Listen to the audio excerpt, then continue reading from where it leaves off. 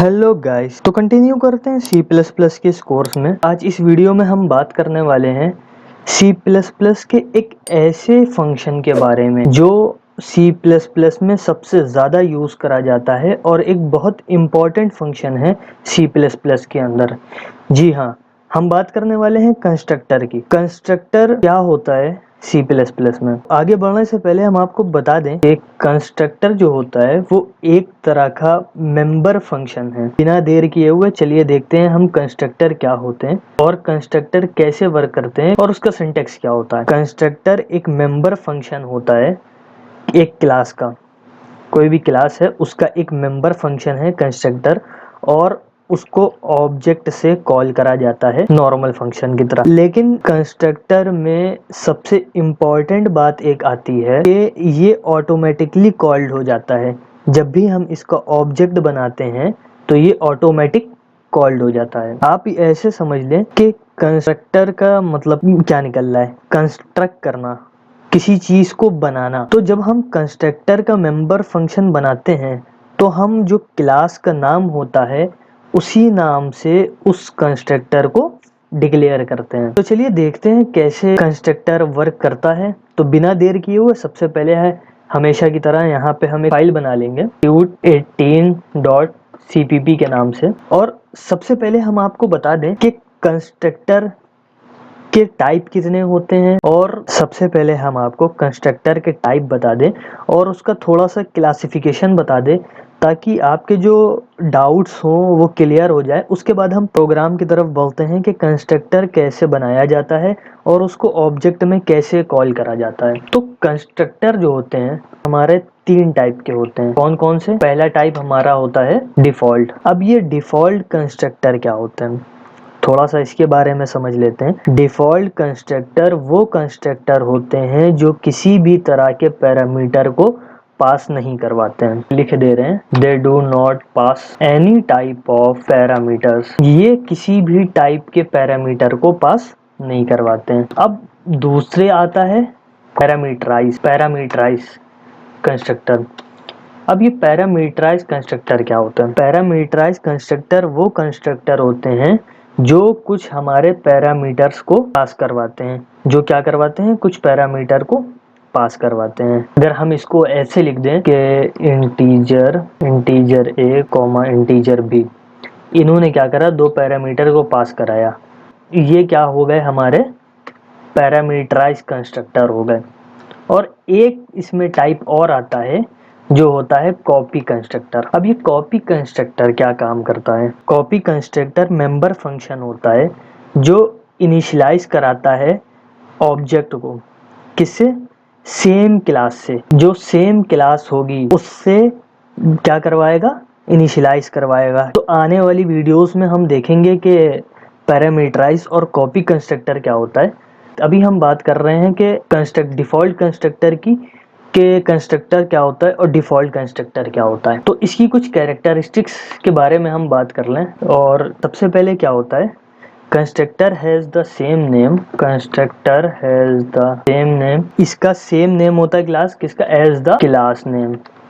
Class का जो name होता है उसी के नाम से इसका मेंबर फंक्शन बनाया जाता है।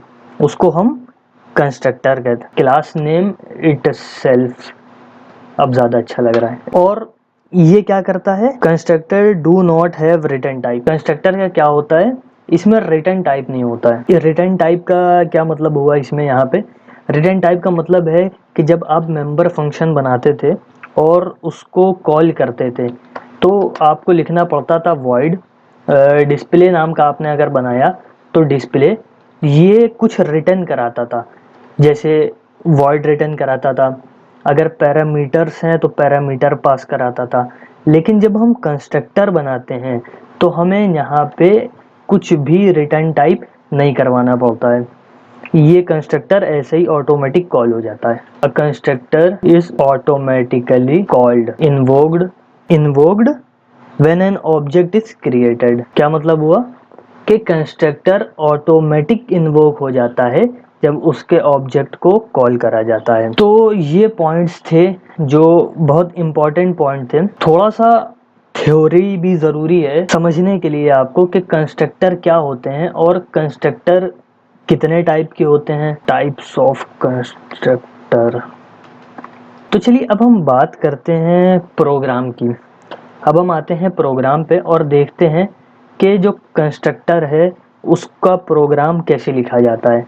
तो हम क्या करेंगे, अपना बॉयलर प्लेट कोड यहाँ पे लगा लेंगे और जल्दी से यहाँ पर एक क्लास बना लेंगे कंस्ट्रक्टर के नाम की। एक क्लास बनाई हमने कंस्ट्रक्टर नाम की, उसमें क्या करा, एक पब्लिक फंक्शन बनाया। पब्लिक फंक्शन में कहा कि इंटीजर ए कर दो। और अब क्या करेंगे हम, सबसे पहले यहाँ पे हम क्लास बंद कर लेंगे।